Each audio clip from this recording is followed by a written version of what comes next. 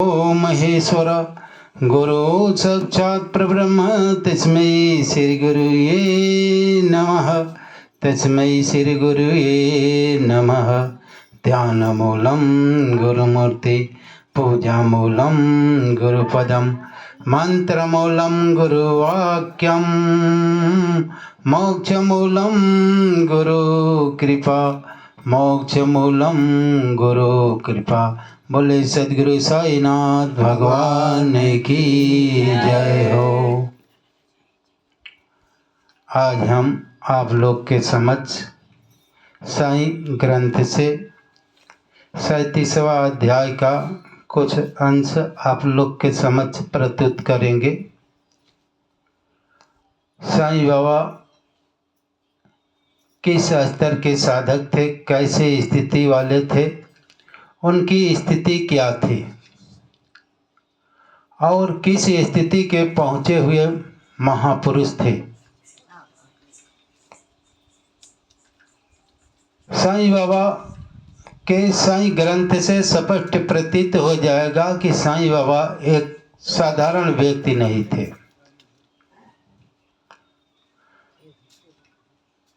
साईं बाबा ऐसे स्थिति के व्यक्ति थे, इस साईं ग्रंथ से पता चल जाएगा कि बाबा प्रकृति मंडल से परे एक तत्व थे, जो वह परम तत्व सबके हृदय में, सर जगत में, हर चराचर में, हर कण में वह तत्व विराजमान है। इस ग्रंथ से ऐसे पता चलेगा कि साईं बाबा कितना शांत थे। समुद्र की नाई जैसे समुद्र पर लहरें चलती रहती है हमेशा, लेकिन समुद्र शांत रहता है। बारिश के दिन में 1 इंच कोई बढ़ाता नहीं। नदियाँ वेग से हाहाकार मचाती हुई गांव के गांव डुबोती हुई समुद्र में जाकर गिरती है और समुद्र को 1 इंच ऊंचा नहीं कर पाती है। उसी तरह से साईं बाबा की जीवनी थी। साईं बाबा प्रशांत महासागर की नाई शांत थे। वह अंतःकरण से इतना गंभीर और शांत थे कि वो कभी उद्विग्न होते ही नहीं थे, क्योंकि इससे स्पष्ट होता है कि बाबा कोई शरीर न थे, न मन थे, न बुद्धि थे, न इंद्रिय थे। वह एक ब्रह्म थे, आत्मा थे, अविनाशी थे, परमात्मा थे। क्योंकि मन बुद्धि इंद्रियों में हलचल, भय, चंचलता, डर भय बना रहता है, लेकिन आत्मा तो मन बुद्धि इंद्रियों से परे रहता है, उसमें हलचल चंचलता रहती ही नहीं है। ऐसे साईं बाबा की जीवनी थी। वह आत्मानंद में हमेशा निग्रम रहते थे, ब्रह्मानंद में हमेशा निग्रम रहते थे। प्रशांत सागर की नाई एकदम शांत रहते थे, विचलित कभी होते ही नहीं थे। विचलित कौन नहीं होगा? जो अपने को शरीर मान बैठा है, जो अपने को देह मान बैठा है, वो तो विचलित हो जाएगा। और जो अपने को आत्मा, ईश्वर, ब्रह्म मान बैठा है, तो ब्रह्म को छूने की, ब्रह्म को कोई शस्त्र काट नहीं सकता, अग्नि जला नहीं सकती, पानी गीला नहीं कर सकता, वायु से सुखा नहीं सकती। ऐसे ब्रह्म स्वरूप आपके हृदय में है तो आप अचल स्थिर रहेंगे। और जो ब्रह्म में स्थिति नहीं है, वो तो भाई भय से आक्रांत होकर भयभीत हो जाएगा, संसार में उथल पुथल हो जाएगा और पतन को प्राप्त हो जाएगा। आज जो आत्मा है, ब्रह्म है, उसे कोई छू ही नहीं सकता, तो उसे भय कैसा? कोई काट ही नहीं सकता तो उसे भय कैसा? कोई जला ही नहीं सकता तो उसे भय कैसा? इसलिए बाबा प्रशांत महासागर की नाई शांत रहते थे, अपने ब्रह्मानंद आत्मानंद में निग्रम रहते थे। वो सदा उस स्तर के साधक से सदगुरु थे, भगवान थे। उस स्तर वाले भगवान को संसार उसे छू नहीं सकता, माया उसे छू नहीं सकती, काम क्रोध राग द्वेष छू नहीं सकता, क्योंकि वह काम क्रोध राग द्वेष से इंद्रियों और मन बुद्धि से परे थे। प्रकृति पार उर्वासी, जहां ब्रह्म निरज निरही अविनाशी, वह परमात्मा प्रकृति मंडल से परे है, मन बुद्धि इंद्रियों के आधार से परे हैं। तो उस परमात्मा को मन नहीं छू सकता, न इंद्रिया छू सकती, न काम छू सकता, न क्रोध छू सकता, न लोभ छू सकता। इसलिए वो प्रशांत थे, शांत थे, प्रशांत सागर के नाई शांत थे। ऐसे स्थिति वाले महापुरुष की हम साईं चरित्र से कुछ अंश आप लोग के समक्ष प्रस्तुत करने जा रहे हैं। बोलिए सदगुरु साईनाथ भगवान की जय। ओम साई राम। अध्याय 37 चावड़ी समारोह प्रारंभ। धन्य है श्री साईं जिनका जैसा जीवन था वैसा ही अवर्णीय लीला विलास और अद्भुत क्रियाओं से पूर्ण नित्य के कार्यक्रम भी। कभी तो वे समस्त सांसारिक कार्यों से अलिप्त रहकर कर्मकांडी से प्रतीत होते और कभी ब्रह्मानंद और आत्मज्ञान में निमग्न रहा करते थे। देखिए साई ग्रंथ क्या बता रहा है। कभी तो संसार से अलिप्त रहकर कर्मकांडी से प्रतीत होते थे। कर्मकांडी किस स्तर में आता है? जैसे धोनी जलाना ये कर्मकांडी में आता है। बहुत से महात्मा संत थे पहले जमाना में कि भाई धोनी जलाते थे, कोई भक्त आता था तो उसकी राख उठा कर दे देते थे, उनका कल्याण हो जाता था। इसी तरह से साईं बाबा भी अपने जीवन में धोनी को प्रचलित रखे, हमेशा जलाते रहे। आज 150 वर्ष हो गया फिर भी जल रही है। 150 वर्ष से ऊपर से धोनी जल रही है, एक ही लहर में जल रही है, सीढ़ी में। वो बाबा जिस समय जलाए उसी समय से आज भी जल रही है।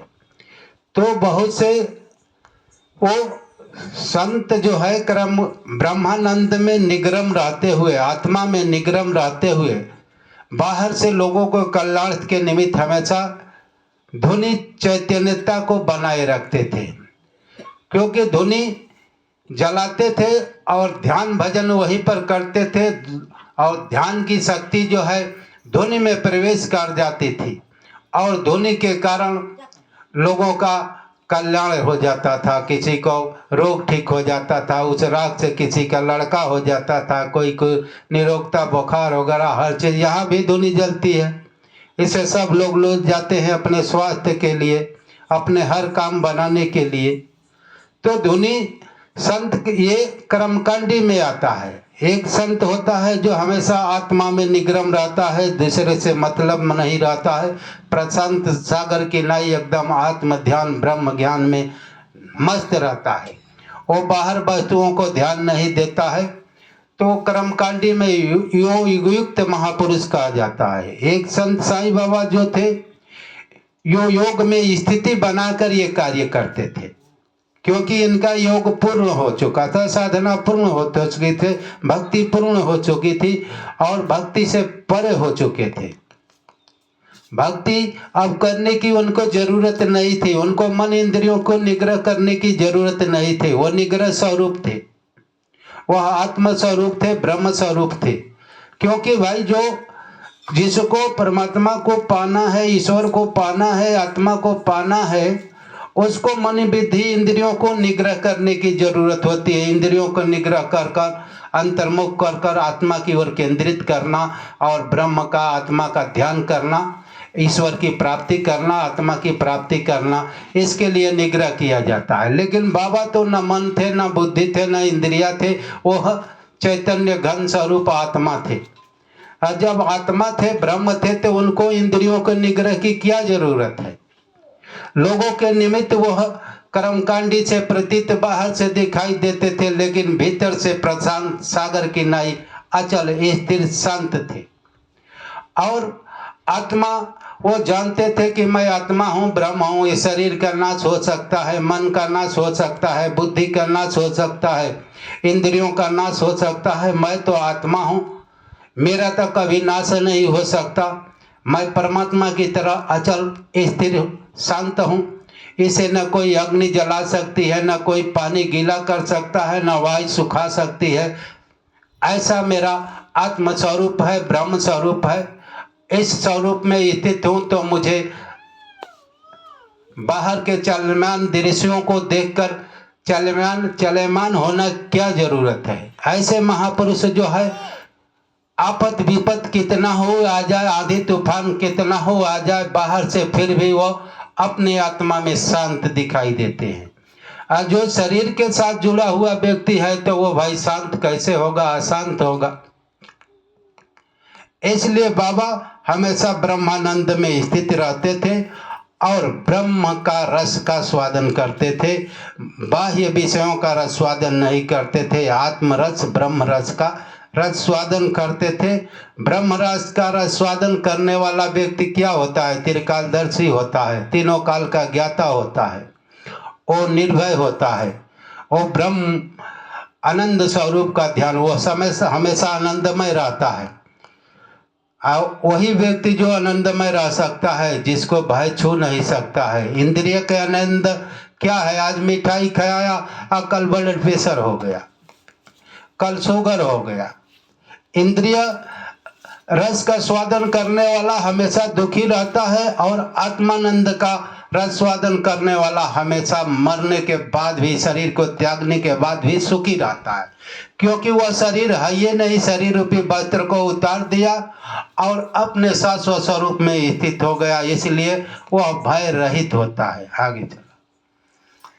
कभी वे अनेक कार्य करते हुए भी उनसे असंबद्ध रहते थे। यद्यपि कभी कभी वे पूर्ण निष्क्रिय प्रतीत होते, तथापि वे आलसी नहीं थे। प्रशांत महासागर की तरह सदैव जागरूक रहकर वे गंभीर थे। देखिए, बाबा बाहर से हमेशा चलेमान लग रहते थे। चलेमान का मतलब समझते हैं? माने भक्तों के कल्याण के निमित्त हमेशा चलेमान रहते थे। माने भक्त का कोई परेशानी न आ जाए, भक्त का कोई अनिष्ट न हो जाए, इसके लिए चलेमान रहते थे। भीतर से हमेशा आत्मानंद में स्थिर रहते थे। बाहर से लोग देखते थे कि भाई वो तो बाबा बहुत चलेमान दिखाई देते हैं, लेकिन उनकी मन इंद्रिया बुद्धि चलेमान दिखाई देती थे। वह आत्मा से हमेशा स्थिर रहते थे कि मैं आत्मा हूँ, ब्रह्म हूँ। बाहर जो हमारा मन बुद्धि इंद्रिया भक्तों के कल्याण के निमित्त हमेशा लगी रहती है, लेकिन आत्मा के जगत में पहुंचकर सबको मन की टटोल लेते थे।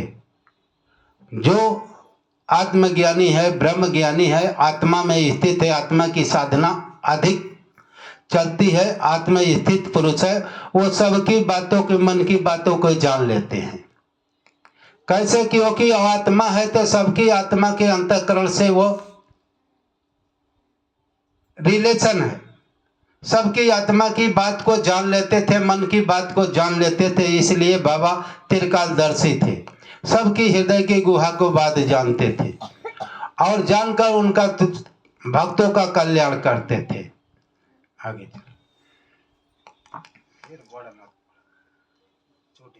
प्रशांत और स्थिर दिखाई देते थे। उनकी प्रकृति का वर्णन तो सामान्य से परे है। यह तो सर्वविदित है कि वे बाल ब्रह्मचारी थे। वे सदैव पुरुषों को भ्राता एवं स्त्रियों को माता। देखिए, आप बाल ब्रह्मचारी थे। बाबा बाल ब्रह्मचारी लोग कहते हैं कि भाई जिसका शादी नहीं हुआ है वही बाल ब्रह्मचारी कहा जाता है कि नहीं? है, इस दुनिया में सब देखते हैं ना कि भाई बहुत से संत है कि भाई कोई पौहारी बाबा है, कोई ब्रह्मचारी बाबा है कि नहीं? कोई खड़ेसरी बाबा है। एक पाव जो दूध पीकर रहता है वो पौहारी बाबा कहा जाता है। कोई फल खाकर रहता है वो फलहारी बाबा कहा जाता है। कोई एक टांग पर खड़ा रहता है उसे क्या कहते हैं? खड़ेसरी बाबा, है ना। तो कोई शादी नहीं किया है बचपने से तो उसको क्या कहते हैं? ब्रह्मचारी बाबा, है कि नहीं भारत जी? है। अब सोचेंगे कि बाबा भी ब्रह्मचारी थे, शादी नहीं किए तो वो भी ब्रह्मचारी बाबा, समझ रहे हैं? ऐसी बात नहीं है। असली ब्रह्मचार्य के मूल को कोई जानता ही नहीं है। जानता तो नहीं कहता कि वो ब्रह्मचारी बाबा है। मान लीजिए कि हम शादी विवाह नहीं किया बचपन से ही, लेकिन हमारा मन जो है हमेशा इंद्रियों में फंसा रहता है, इंद्रियों के लोलुपता में फंसा रहता है, तो हम ब्रह्मचारी कैसे हुए? समझ रहे हैं? इंद्रिया हमारा संसार का रसवादन कर रही है तो हम ब्रह्मचारी कैसे हो गए? संसार की ऐश्वर्यता को ग्रहण कर रही है तो हम ब्रह्मचारी कैसे हो गए? हाय, हम तो शरीर से ब्रह्मचारी है, लेकिन हम मन से ब्रह्मचारी नहीं है, तो हम ब्रह्मचारी नहीं हुए। ब्रह्मचारी मन से किया जाता है कि शरीर से नहीं। समझ रहे हैं? तो हम ब्रह्मचारी शादी नहीं किए, ब्रह्मचारी हमारा मन जो है स्त्रियों के पास हमेशा जा रहा है, तो हम ब्रह्मचारी नहीं है। हम शादीशुदा है, हर चीज है हमारे पास, सब कुछ है, हम अपनी शादीशुदा से अलिप्त है, हम दूर है, हर ऐश्वर्यता से दूर है, तो हम ब्रह्मचारी है। और सर्व ब्रह्मचारी का मतलब इंद्रिय निग्रह ब्रह्मचारी नहीं कहा जाता है।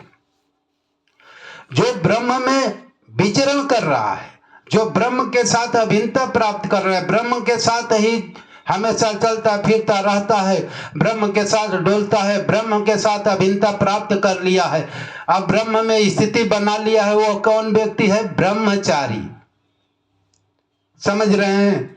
जो ब्रह्म में स्थिति बना लिया है वो वाकई में ओरिजिनल ब्रह्मचारी है। हम शादी नहीं किया हूं और हम ब्रह्मचारी कहे जाता हूं, हमारी इंद्रियां कहीं फाल्ट कर रही है, हमारा मन कहीं फाल्ट कर रहा है, तो हम ब्रह्मचारी नहीं हूं। इसलिए बाबा बाहर से ब्रह्मचारी थे और भीतर से ब्रह्म स्वरूप में स्थित होकर ब्रह्मचारी थे। समझ रहे हैं आप लोग? तो ब्रह्मचारी उसे कहा जाता है जो ब्रह्म में विचरण करता है, ब्रह्म के साथ अभिन्नता बनाया रखता है, वह व्यक्ति ब्रह्मचारी है। एक तरह से तो भाई हम कह ही देंगे कि फलहारी बाबा, एक पाव दूध फल खाकर रहता हूँ फलहारी बाबा। अरे फल खाकर रह जाते हो और तुम्हारी इंद्रियां इधर उधर चौकड़ी मार रही है, तो तुम फलहारी रहकर क्या किए? तुम पौहारी रहकर क्या किए कि एक पाव दूध पी लिए हो, तुम्हारी इंद्रिया तुम्हारे बस में है ही नहीं। तो ये सब बनावटी है। सत्य वह है जो ब्रह्म में विचरण करता है, सदगुरु की आज्ञा पर चलता है, सदगुरु तत्व को जान लिया है, सदगुरु के साथ अभिन्नता प्राप्त कर रहा है और सदगुरु के बताए हुए मार्गों पर चलकर वह सत्य का बोध कर लिया है और सत्य की भक्ति कर रहा है, सत्य तत्व को जानकर उसमें समाधित हो रहा है, वह व्यक्ति ब्रह्मचारी आचरण वाला है। अब हम आगे चले, साईं बाबा क्या कहते हैं। माता बहन सजे से समझा करते थे, उनकी संगत द्वारा हमें जिस अनुपम ज्ञान की उपलब्धि हुई है उसकी विस्मृत जीव मृत्यु पर्यंत न होने पाए। देखिए, भक्त जिस समय बाबा के समक्ष रहते थे, उनके साधना करते थे, भक्ति करते थे, तो भक्त उसमें से कह रहा है कि जो बाबा की कृपा से मुझे अनुपम ज्ञान की प्राप्ति हुई है। अनुपम ज्ञान क्या है? आत्मा, ब्रह्म, ईश्वर को अनुपम ज्ञान कहा जाता है। आत्मा का दर्शन हो गया, ब्रह्म का दर्शन हो गया, ईश्वर का दर्शन हो गया, ब्रह्म ज्ञान हो गया, उसे अनुपम ज्ञान कहा जाता है। माने ये ज्ञान हमारे मरते समय भी विस्मृति न हो, बाबा से मेरा यही रिक्वेस्ट है। अनुपम ज्ञान जो आत्मा का जो दर्शन कर लिया कि भाई हम तो शरीर नहीं, हम आत्मा हूं, इसको ज्ञान, पोथी को ज्ञान नहीं कहा जाता है कि हम तो रामायण को कंठस्थ कर लिया। अरे 1,00,000 श्लोक है, जरा भद्राचार्य जो है 1,00,000 श्लोक बोलते हैं कि मुझे याद है। आओ बताइए, 1,00,000 श्लोक याद है और भीतर आत्मा को याद नहीं है, तो श्लोक से क्या फायदा है भाई? आत्मा को जान लिया, आत्मा को देख लिया, आत्मज्ञान में हमेशा अभ्यास कर रहे हैं, आत्मा का ध्यान कर रहे हैं, ये मरते समय हमारी विस्मृति न हो, इसे ज्ञान कहा जाता है, न कि पोथी। पोथी को ज्ञान नहीं कहा जाता है। पोथी पढ़ पढ़ जगमुआ पंडित भया न कोई, 2.5 अक्षर प्रेम का पढ़े जो पंडित हो। जो ईश्वर के साथ प्रेम लगा लिया है, उस तत्व का अनुभव कर लिया, उस तत्व का रातों दिन अभ्यास कर रहा है, ज्ञान वह है जो परमात्मा का देखकर अनुभव कर रहा है, उसे ज्ञान कहा जाता है। अब ऐसा नहीं कि भाई पोथी पढ़ लिया, रामायण पढ़ लिया, गीता कंठस्थ है, सब चीज कंठस्थ है और कंठस्थ रहते हुए आत्मा से बहुत करोड़ों मील दूर हूं, तो वह ज्ञान नहीं है, वह अतर्ज्ञता है। इसलिए हमारा ज्ञान, साईं भक्त कह रहे हैं कि वो अनुपम ज्ञान, वह आत्मज्ञान, मरते समय हमें विस्मृति न हो। भगवान श्री कृष्ण गीता में कह चुके हैं, क्या कह चुके हैं? ओमिकाक्षरम ब्रह्म व्यवहार मानुष समरण, यह प्राति तजन देहम स यति परमागति। समझ रहे? ओमिकाक्षरम ब्रह्म, ओमिकाक्षरम ब्रह्म का मतलब कि ओम का उच्चारण, ओमिकाक्षरम ब्रह्म व्यवहार मानु समरण, यह प्राति तजन देहम स यति परमागति। हे अर्जुन, तो ओम का जाप कर, ध्यान मेरे स्वरूप का कर। समझ रहे हैं? ध्यान मेरे स्वरूप। अब ये नहीं कि श्री कृष्ण भगवान बंसुरी बजा रहे हैं उसका ध्यान कर। लोग सोचेंगे कि भाई बंसुरी बजा रहे हैं उसका ध्यान कर रहे हैं, ऐसी बात नहीं है। श्री कृष्ण ने अर्जुन को अपने शाश्वत स्वरूप का अनुभव करा चुके थे, दिखा सके कि मैं शरीर नहीं हूं, मैं ब्रह्म हूं, मैं अविनाशी हूं, मैं आत्मा हूं, ये दिखा चुके थे। वह कृष्ण का शाश्वत स्वरूप आत्मा है। मेरे स्वरूप का ध्यान कर। आपका स्वरूप शाश्वत क्या है? ये नकली है। भीतर जो आत्मा है वही आपका शाश्वत स्वरूप है, उसका ध्यान कर। भगवान श्री कृष्ण कह रहे हैं ओम का उच्चारण करते हुए मेरे स्वरूप का ध्यान कर, मेरी आत्मा का ध्यान कर, मेरे ब्रह्म स्वरूप का ध्यान कर। लोग नकली स्वरूप को ही ध्यान में फंस जाते हैं, असली शाश्वत स्वरूप से वंचित रह जाते हैं। समझ रहे हैं? शास्त्रों को समझ नहीं पाते हैं। सिर्फ आत्मज्ञानी ही इस का अर्थ समझ सकता है, दूसरा व्यक्ति का बस का नहीं है। ओमिकाक्षरम ब्रह्म व्यवहार मानु समरण, यह प्राति तजन देहम स यति परमागति। ओम मेरे ओम का जाप कर, माने ओम ओम कर। ओम परमात्मा का एक वाचक नाम है, ईश्वर का एक ओम वाचक नाम है, उसका नाम जप कर। ओम ओम करते हुए मेरे स्वरूप का ध्यान कर, मेरे अपने भीतर जो तुम्हारी आत्मा है उसका ध्यान कर। वही मेरा स्वरूप और तेरा स्वरूप एक ही है, दो नहीं है। वही तत्व मैं हूं, वही तत्व तू है। उस तत्व को अपने भीतर देख, जो मैं हूं वही तत्व तुम हो, उस तत्व को अपने भीतर देख। ओम का ध्यान करते हुए अपने आत्मा का, ब्रह्म का ध्यान करते हुए आगे बढ़, आगे बढ़। खाली मोबाइल होनी कह के केहू का आ जाए मोबाइल तो उधर चल जाएगा, डिस्टर्ब मत करिए। तो ओम का जाप कर, माने ओम का ध्यान करते हुए मेरे स्वरूप का ध्यान करते हुए जो व्यक्ति, जो महापुरुष शरीर का त्याग करता है, माने ध्यान करते हुए आत्मा का, ब्रह्म का ध्यान करते हुए इस तजन देहम यति परम गति, तज देह को त्याग कर देता है तो परम गति, परम गति के मतलब शाश्वत स्वरूप आत्मा को, मोक्ष को प्राप्त होता है, माने ब्रह्म को प्राप्त होता है, ईश्वर को प्राप्त होता है। ओम का जाप कर। तो जो इस तरह से जाप करता हुआ, ध्यान करता हुआ ईश्वर को प्राप्त, मोक्ष को प्राप्त कर लेता है। ऐसा नहीं कि ओम ओम करते हुए हम नकली ही वस्तु का ध्यान करते हुए शाश्वत वस्तु से वंचित हो गए। ईश्वर शाश्वत है और ईश्वर का ध्यान करते हुए हम परम गति को प्राप्त हो सकते हैं। तो वही बात बाबा ने कही है, हर जगह कही है। तो ओम का जाप हमको इस तरह, अब ये नहीं गीता में भगवान श्री कृष्ण कहे हैं कि राम राम कर, कृष्ण कृष्ण कह, कहीं गीता में नहीं कहे हैं। कहीं अर्जुन से कही नहीं है कि हे अर्जुन तनि कृष्ण कृष्ण कह, राधा राधा कह, ये कहीं नहीं। ओम ओम का उच्चारण, ओम ही मंत्र है। भगवान श्री कृष्ण अर्जुन को ओम मंत्र दिए, ओम का उच्चारण कर। अब लोग अपने मन से गढ़ लेते हैं राधा राधा ओम, राधा राधा राधे कृष्ण कहते हैं। तो भाई राधा कृष्ण भगवान श्री कृष्ण इसमें क्या व्यवस्था करे? तुम अपने मनमाना आचरण कर रहे हो। जो शास्त्र विधि को त्याग कर अपनी इच्छा से आचरण करता है, नाम जपता है, वो मनमाना आचरण में आता है। वो न परम गति को न सुख को प्राप्त होता है। यह है शास्त्र विधि मुसुर्जे वर्तते काम करता न सिद्धि न परमागति। माने जो शास्त्र विधि को त्याग कर अपनी इच्छा से मनमाना आचरण करता है, वह व्यक्ति न सिद्धि को प्राप्त होता है, न परम गति को प्राप्त होता है, न सुख को प्राप्त होता है। गीता कह रही है अपने मन से। लोग अपने मन से गढ़ते हैं और हरे रामा हरे कृष्णा कहते हैं। भगवान श्री कृष्ण कहते हैं कि ओम का जाप कर, तो ओम का जाप करते ही नहीं।